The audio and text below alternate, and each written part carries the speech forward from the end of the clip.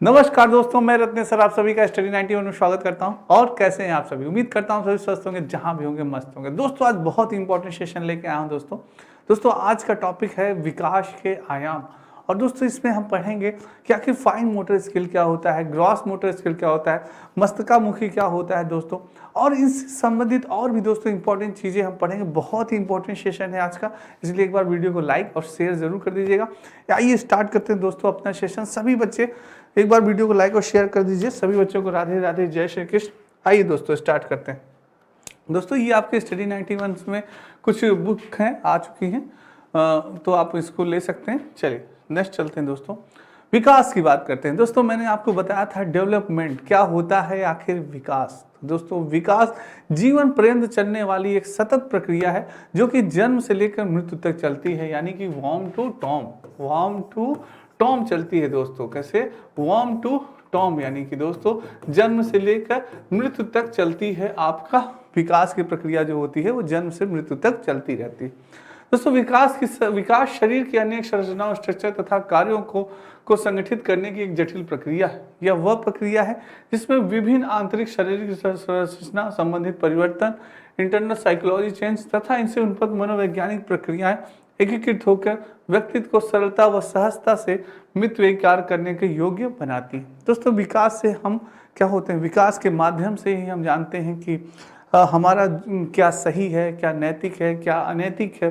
अपनी आंतरिक शक्तियों को हम विकास के माध्यम से ही पहचानते हैं। धीरे धीरे जैसे जैसे हमारा शारीरिक विकास होता है, बौद्धिक विकास होता है, तब हम अपनी आंतरिक शक्तियों के बारे में जानते हैं। यार हम हर एक कार्य कर सकते हैं, ऐसा कोई भी कार्य नहीं है जिसे कि मनुष्य नहीं कर सकता। दोस्तों आप हर एक कार्य कर सकते हैं, बस अपने ऊपर आपको क्या होना चाहिए, आत्मविश्वास होना चाहिए दोस्तों।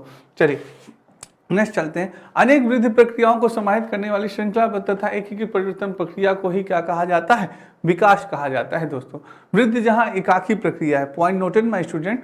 वृद्धि यानी कि वृद्धि, मैंने आपको बताया ना, 3 नाम है वृद्धि का आपके 3 नाम है। एक होता है दोस्तों, मैंने आपको बताया था, याद रखिएगा, बहुत इंपॉर्टेंट है, कल भी मैंने बताया था, आज भी। जैसे सबसे पहले वृद्धि इन द सेंस, यानी कि वृद्धि इन द सेंस ग्रोथ। क्या होगा दोस्तों? वृद्धि इन द सेंस ग्रोथ नाम सुनते ही आप तुरंत, आपका दिमाग क्लिक कर रहा होगा, अरे यार ग्रोथ तो हम जानते हैं कि ग्रोथ क्या होता है। यानी आप किसी भी बच्चे को आपने देखा होगा सामने, तो वो एकाएक बहुत ही लंबा हो जाता है, तो आप कहते हैं अरे यार ये तो बहुत ही अच्छा ग्रोथ किया। अभी तो मैंने देखा था 2 साल पहले इसकी हाइट बहुत कम थी, अचानक इसकी हाइट इतनी बढ़ गई, अरे बहुत अच्छा ग्रोथ किया। यानी ग्रोथ किया यानी उसकी लंबाई में क्या हुआ, उसकी वृद्धि हो गई, तो यानी कि वो ग्रोथ हुआ।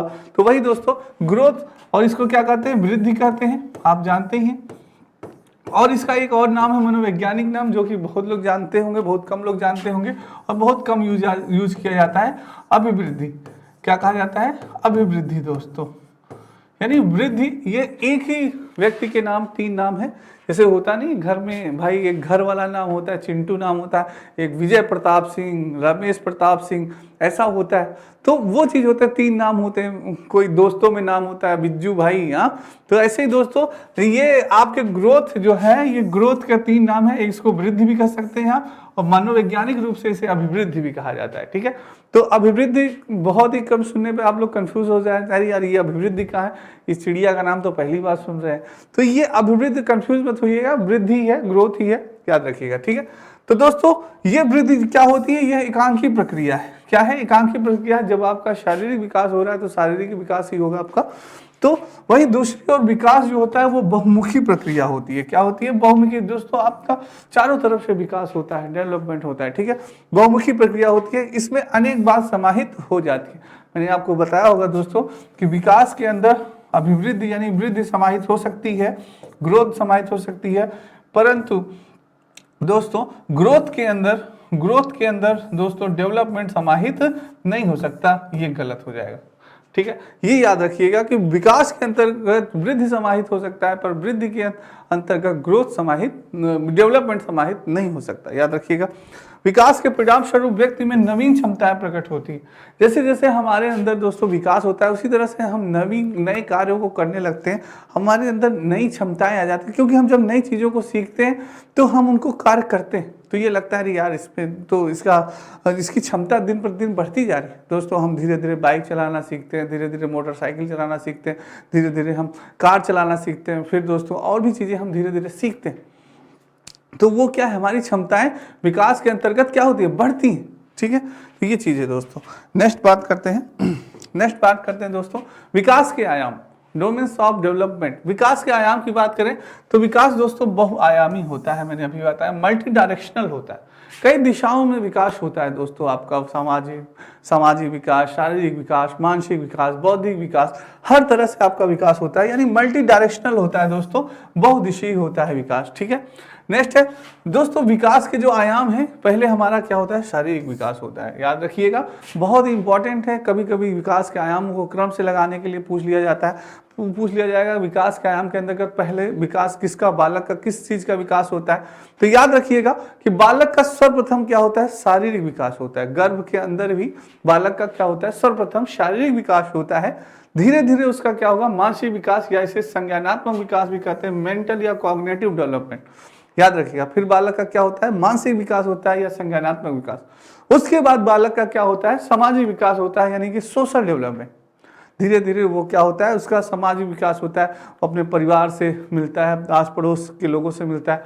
फिर उसका होता है संवेगी विकास, फिर उसके अंदर इमोशनल जाता है, यानी उसके अंदर संवेग उत्पन्न होता है, उसके अंदर गुस्सा उत्पन्न आता है, उसके अंदर क्रोध उत्पन्न आता है, उसके अंदर खुशी उत्पन्न होती है। ये क्या है, ये सब इमोशन है दोस्तों। उसके बाद नैतिक विकास की बात करें तो नैतिक विकास उसके अंदर उत्पन्न होता है, क्या सही है क्या गलत है, धीरे धीरे वो जानता है बालक। जैसे जैसे उसका विकास होता है वो धीरे धीरे जानने लगता है कि ये चीज़ हमारे लिए सही है, ये चीज़ हमारे लिए गलत है। तो ये उसका नैतिक विकास। फिर भाषा विकास, लास्ट में फिर उसका क्या होता है, भाषा विकास। पहले बालक पढ़ना सीखता है, क्या लगता है दोस्तों, पहले बालक पढ़ना सीखता है। जैसे हम थे तो बचपन में हम लोग पढ़ते थे क से कबूतर, ख से खरगोश, ग से गधा, तो ऐसे पढ़ते थे ना। A for apple, B for ball, C for cat. बचपन के दिन याद आने लगे होंगे ना। तो दोस्तों पहले हम लोग क्या करना प्रारंभ करते हैं, पढ़ना प्रारंभ करते हैं। कि भाई कोई भी चीज़ें बालक को, हम जो हमारे छोटे बच्चे होते हैं पहले उन्हें पढ़ाने का प्रयास करते हैं, बेटा पढ़ो, इसको पढ़ो बेटा, देखो क्या लिखा है बेटा, पढ़ो, क से कबूतर। फिर क्या करते हैं, फिर उनको हम लिखने का प्रयास करते हैं। क्या करना है, लिखाने का प्रयास करते हैं कि बेटा अब लिखने का जरा प्रयास करो, बेटा लिखो क, ऐसे लिखो बेटा, लिखने को क ऐसे लिखो। फिर उनको क्या करते हैं, लेटर्स लिखाते हैं, उनको अक्षरों को लिखा जाता है, बेटा लिखो क, बेटा लिखो ख, ग, लेटर्स लिखाते हैं। ठीक है, फिर इन्हीं अक्षरों को सम्मिलित करके हम एक शब्द, वर्णमाला शब्द बनाते हैं। जैसे कमल लिखो बेटा, कमल लिखो, गमला लिखो। हाँ, धीरे धीरे क्या हो रहा है, ये हमारी भाषा का विकास हो रहा है दोस्तों। धीरे धीरे हम क्या हो रहा है, अक्षरों को सम्मिलित करके धीरे धीरे हमारे भाषा का विकास हो रहा है। फिर दोस्तों पहले हम अपने विचारों को, जब हम बच्चे थे तो हम अपने विचारों को सही ढंग से प्रस्तुत नहीं कर पाते थे सामने वाले के पास। दोस्तों जैसे हम सोचते कुछ और थे पर बोलते कुछ और थे। पर जैसे जैसे हमारा विकास हुआ, शारीरिक विकास हुआ, जैसे जैसे हमारी एज बढ़ी, तो हमारे मानसिक और हमारी बोलचाल यानी भाषा का तालमेल जुड़ गया दोस्तों। यानी कि जो हम सोचते हैं वही हम बोलते हैं। तो दोस्तों जो हम अपने विचारों को सही ढंग से सामने वाले को अभिव्यक्त कर सकते हैं, उसके सामने हम रख सकते हैं कि क्या हम सोच सकते हैं, क्या हम इस समय सोच रहे हैं जो आपने बताया है इसके बारे में। जैसे कोई भी आपको टॉपिक मिल गया, उस टॉपिक में के बारे में आप बता सकते हैं कि पर्यावरण को प्रदूषित होने से कैसे बचाया जा सकता है। अब आप उसके बारे में जैसे सोच रहे हैं वही आप बोल भी रहे हैं, लिख भी सकते हैं आप। तो दोनों चीजें ये धीरे धीरे आपका क्या हो रहा है, ये आपके भाषा का विकास हो रहा है। तो याद रखिएगा, विकास के आयाम में पहले क्या होता है, शारीरिक डेवलपमेंट होता है, यानी फिजिकल डेवलपमेंट या कॉग्निटिव डेवलपमेंट, शारीरिक डेवलपमेंट। नेक्स्ट होता है मेंटली डेवलपमेंट या कॉग्निटिव डेवलपमेंट। तीसरा होता है सामाजिक विकास, सोशल डेवलपमेंट। तीसरा होता है आपका इमोशनल डेवलपमेंट। चौथा होता है आपका मोरल डेवलपमेंट एंड लास्ट होता है आपका लैंग्वेज डेवलपमेंट यानी कि भाषा विकास। ये आपके होते हैं दोस्तों, बहुत इंपॉर्टेंट है। ठीक है, नेक्स्ट चलते हैं दोस्तों। नेक्स्ट बात करते हैं अब दोस्तों कौशल की बात होगी। दोस्तों शारीरिक विकास के अंतर्गत आपका आता है मोटर कौशल, तो मोटर स्किल्स की बात होगी दोस्तों। तो मोटर कौशल एक कार्य है जिसमें एक निश्चित कार्य करने के लिए शरीर की मांसपेशियों के विशिष्ट आंदोलनों को शामिल किया जाता है। दोस्तों जब बालक होता है तो उसकी जो मांसपेशियां होती हैं उम्र के हिसाब से वो धीरे धीरे दोस्तों वो कार्य करना प्रारंभ करती हैं। जब बालक दोस्तों 2 से 5 वर्ष का होता है तो धीरे धीरे उसकी मांसपेशियां शारीरिक रूप से सारे कार्य वो करना प्रारंभ करता है। धीरे धीरे इन कार्यों में वो चलता है, दौड़ता है, बाइक चलाता है, शामिल हो सकता है। इस कौशल को करने के लिए शरीर के तंत्र मांसपेशियों और मस्तिष्क को मिलकर काम करना पड़ता है।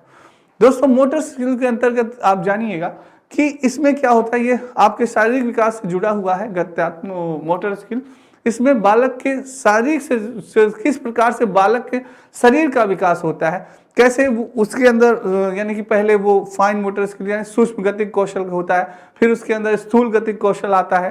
धीरे धीरे उसके अंदर जैसे जैसे समय बीतता है उसके अंदर उसके जो मसल्स होते हैं, जो मांसपेशियां होती हैं, वो मजबूत होते हैं और वो उनके अंतर्गत क्या करता है ये चीजें हम जानेंगे, ये पढ़ेंगे। ये होता है आपका मोटर कौशल। इसी को दोस्तों क्या किया गया है, गत्यात्मक विकास भी इसे कहते हैं, मोटर डेवलपमेंट। यह एक तरह से बालक के शारीरिक विकास से जुड़ा हुआ है। यह मसल्स हड्डियों की क्षमता और उन पर कंट्रोल करने से संबंधित होता है, यानी उनको नियंत्रण करने से संबंधित होता है। गांव विकास में बालकों के चलने, दौड़ने, कूदने, भोजन करने विषय को शामिल किया जाता है और इसे कितने भागों में बांटा गया है, 2 भागों में बांटा गया है। एक होता है सूक्ष्म गतिक कौशल जिसे हम कहते हैं फाइन मोटर स्किल्स, एक होता है स्थूल गतिक कौशल जिसे हम क्या कहते हैं, ग्रॉस मोटर स्किल्स कहते हैं दोस्तों। ठीक है, अब दोस्तों जानेंगे थोड़ा सा। जब दोस्तों क्या होता है, जब आपका शिशु का जन्म होता है तो उसका दिमाग इतना विकसित नहीं होता कि वह अपनी गतिविधियों को कुशलतापूर्वक नियंत्रित कर सके। जैसे दोस्तों आपने देखा होगा, आप सभी के घर में एक छोटा बच्चा होता है।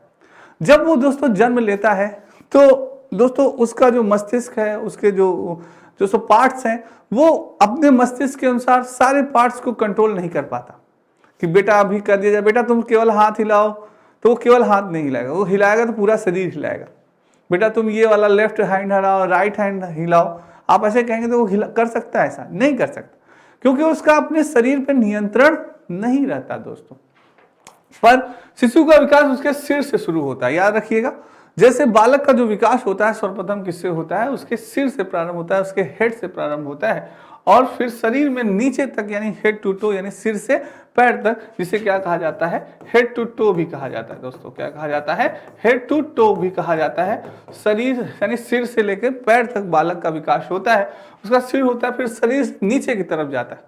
इसलिए आपका नवजात शिशु अपना पहले मुंह, फिर चेहरा, फिर होठ और जीभ तो नियंत्रित कर सकता है, मगर बाकी शरीर का नियंत्रण वह धीरे धीरे आता है। जैसे हम जानते हैं कि हमारा पहले क्या होता है, सिर का विकास होता है, तो हम अपने होठों को, मुख को, बाकी चीजों को हम नियंत्रित कर लेते हैं दोस्तों। पर और बाकी शरीर के पार्ट्स, हाथ और पैरों का नियंत्रण हमारे अंदर धीरे धीरे आता है बालक के अंदर। तो उसी चीज के बारे में जानते हैं दोस्तों। ये आपके स्टडी 91 में किताबें हैं, आप ले सकते हैं।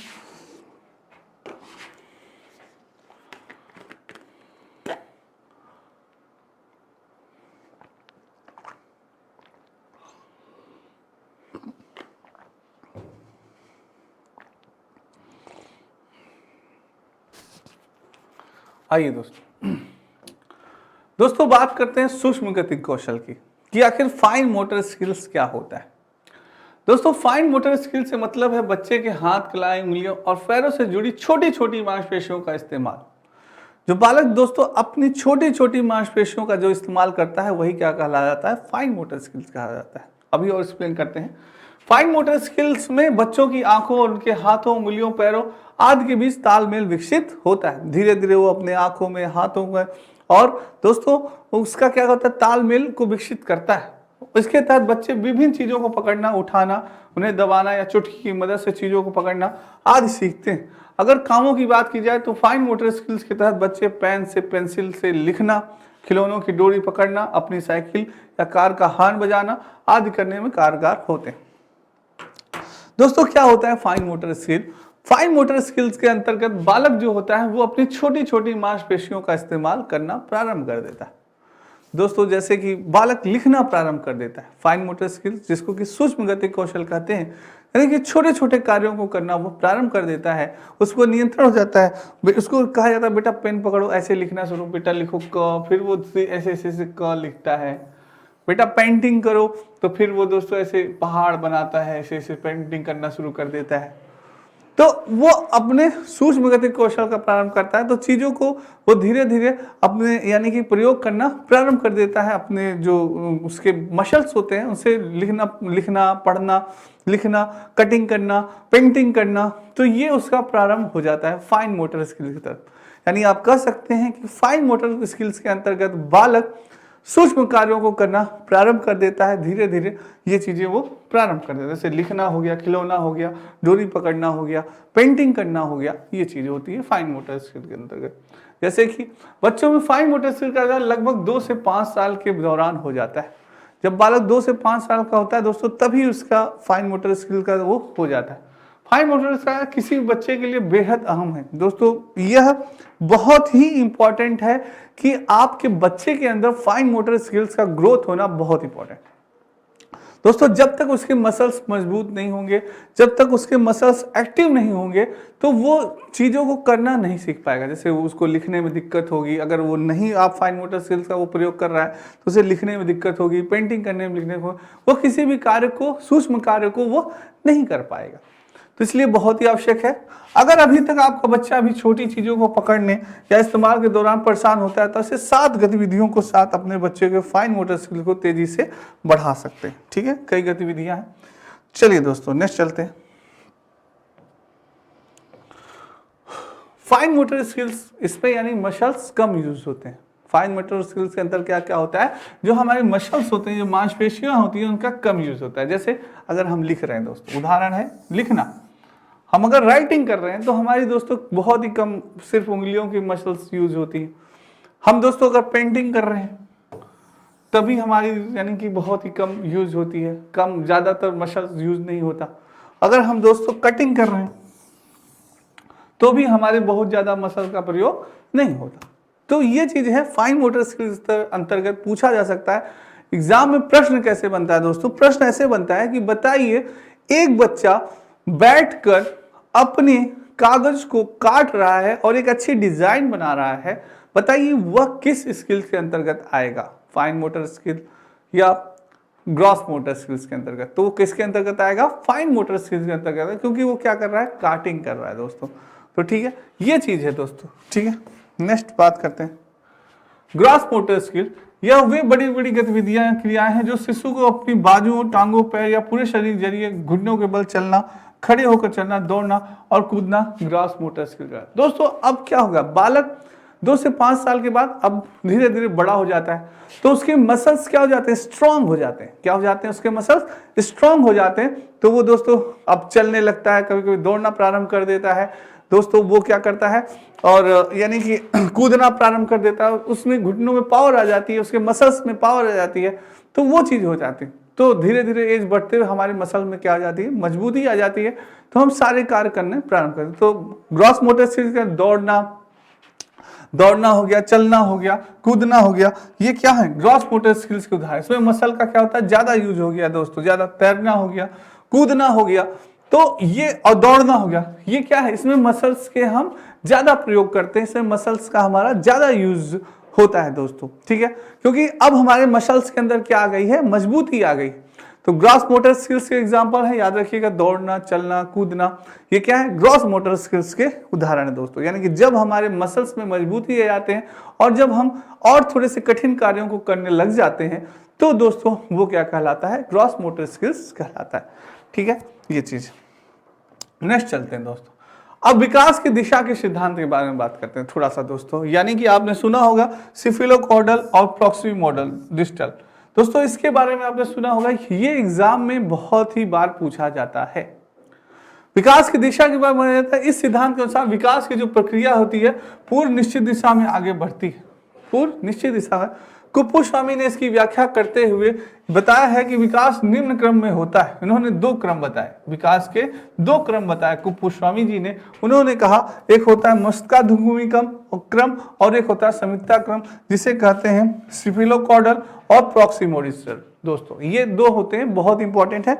इंग्लिश में भी इनका नाम जानते रखिएगा, हिंदी में भी रखिएगा, क्योंकि एग्जाम में बहुत पूछा जाता है। जो मस्तिष्काभिमुखी विकास क्रम होता है दोस्तों, विकास लंबवत क्या होता है? सिर से पैर की ओर होता है। मैंने आपको भी बताया कि जो हमारा विकास होता है, डेवलपमेंट होता है, यानी बालक के शरीर का भी विकास जो होता है पहले किसका होता है, हेड का होता है, फिर क्या होता है बाकी शरीर का धीरे धीरे होते होते हेड टू टो होता है दोस्तों, यानी कि सिर से पैर, हेड टू टो होता है, सिर से पैर की ओर बालक का विकास होता है। पहले बालक सिर और हाथ पर नियंत्रण करना सीखता है, तत्पश्चात टांगों पर नियंत्रण करना सीखता है। पहले बालक अपने हेड पर नियंत्रण करना सीखता है दोस्तों, उठाने का प्रयास करता है, वो करने का प्रयास करता है। फिर धीरे धीरे वो क्या करता है, अपने हाथों पर नियंत्रण करना प्रारंभ कर देता है। फिर टांगों से, पर स्टार्ट किससे होता है, उसका हेड से स्टार्ट होता है, ये याद रखिएगा, ठीक है। बूढ़ावस्था से लेकर बाद की सभी अवस्थाओं का विकास क्रम यही रहता है, ठीक है दोस्तों, याद रखिएगा। ये आपका क्या है, मस्तिष्काधुमी विकास क्रम है दोस्तों, ठीक है। अब बात करते हैं संयुक्ता विकास क्रम। ये भी दोस्तों वेरी इंपॉर्टेंट है, कभी कभी पूछ लेता है आपके एग्जाम में कि इसके अंतर्गत जो बालक का विकास होता है वो किस प्रकार से होता है। दोस्तों हम तो ये जानते हैं मस्तिष्काधुमी क्रम के अंतर्गत कि बालक का विकास सिर से पैर होता है, पर इसका क्या होता है, केंद्र से बाहर की ओर, क्या होता है, सेंटर से आउट, सेंटर से आउट दोस्तों, केंद्र से बाहर की ओर होता है उसका। पहले हमारे रीढ़ की हड्डी का विकास होता है, फिर दोस्तों उसके बाद भुजाओं का, फिर हाथ की उंगलियों का, तत्पश्चात संयुक्त विकास होता है। क्या होता है, पहले हमारे केंद्र यानी कि रीढ़ की जो हड्डी होती है हमारे केंद्र मानी जाती है दोस्तों, पहले हमारी रीढ़ की हड्डी का विकास होता है, फिर धीरे धीरे हमारे किसके भुजाओं का विकास होता है, किसके होते हैं, भुजाओं का, यानी आपको डोले शोले बनते हैं दोस्तों, ठीक है, भुजाओं का विकास होता है, फिर हमारी उंगलियों का, तत्पश्चात पूरा विकास धीरे धीरे होता है दोस्तों। उदाहरण, पेट और धड़ में क्रियाशीलता जल्दी आती, फिर क्या होती है, पेट और धड़ में क्रियाशीलता जल्दी आती। तो दोस्तों याद रखिएगा, संयुक्ता विकास क्रम की बात की जाए तो ये क्या होता है, केंद्र से बाहर की ओर होता है संयुक्ता विकास क्रम आपका दोस्तों, ठीक है। तो ये आता है, और बच्चे कंफ्यूज बहुत ज्यादा होते हैं। मस्तिष्काधुमी विकास क्रम, तो मस्तिष्का विकास क्रम याद रखिएगा हेड टू टेल होता है, सिर से पैर की ओर होता है। क्या दोस्तों, नाम से ही पता चल रहा है मस्तिष्काधुमुखी विकास क्रम। मस्तिष्का यानी मस्तक, क्या, मस्तक यानी हेड, किससे, हेड, हेड दोस्तों, मस्तक यानी कि हेड, नाम से ही पता चल रहा है, तुरंत कंफ्यूज मत होइएगा, बच्चे एग्जाम में कंफ्यूज हो जाते हैं। तो मस्तिष्क यानी कि हेड दोस्तों, धुमुखी विकास क्रम यानी कि मस्तिष्क का विकास पहले होता है, किसका, मस्तिष्क का। ट्रिक ऐसे याद रखिए, मस्तिष्काधुमुखी में पहले विकास बालक के मस्तिष्क का होगा, फिर दोस्तों पैर का, ठीक है। अब बात करें अगर इसके समीपता का यानी कि विकास क्रम का, तो ये विकास का क्रम क्या है, केंद्र से बाहर की ओर है दोस्तों। क्या है, समीपता का विकास का क्रम बात की जाए तो यह केंद्र से बाहर की ओर होते हैं। फाइन मोटर स्किल सूक्ष्म गति कौशल होता है, जिसके अंतर्गत हम अपने मसल्स जो हमारे होते हैं उसके अंदर हम सूक्ष्म कार्यों का करना प्रारंभ करते हैं, जैसे लिखना हो गया, काटना हो गया, तो ये क्या है, सूक्ष्म गति कौशल है। अगर ग्रॉस मोटर स्किल्स की बात की जाए तो ग्रॉस मोटर स्किल्स के अंदर हमारे मसल्स में क्या आ जाती है, मजबूती आ जाती है, और बालक क्या करते हैं, थोड़ा सा कठिन कार्य करने लगते हैं, जैसे कि वो दौड़ने लगता है, वो कूदने लगता है, वो स्विमिंग करने लगता है, तैरने लगता है। तो ये किसके अंतर्गत आएगा, ये आपका ग्रॉस मोटर स्किल्स के अंतर्गत आएगा, यानी कि स्थूल गति कौशल के अंतर्गत आएगा दोस्तों।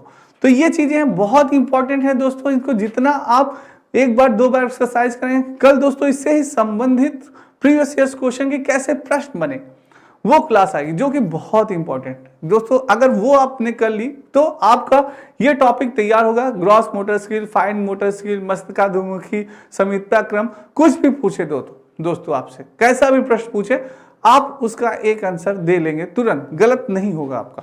पर कल की क्लास जब आप करेंगे तभी दोस्तों, ठीक है।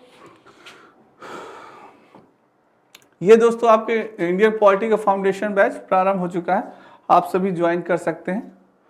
तो दोस्तों आज की क्लास आपको कैसी लगी, कमेंट बॉक्स में कमेंट जरूर करिएगा, ज्यादा से ज्यादा लाइक करिएगा और शेयर करिएगा दोस्तों। कल फिर मिलेंगे बहुत ही इंपॉर्टेंट टॉपिक के साथ। इसी तरह से दोस्तों बने रहिए, ज्यादा से ज्यादा प्रीवियस ईयर्स क्वेश्चन लगाते रहिएगा और अपने सफलता के करीब पहुंचते जाइए।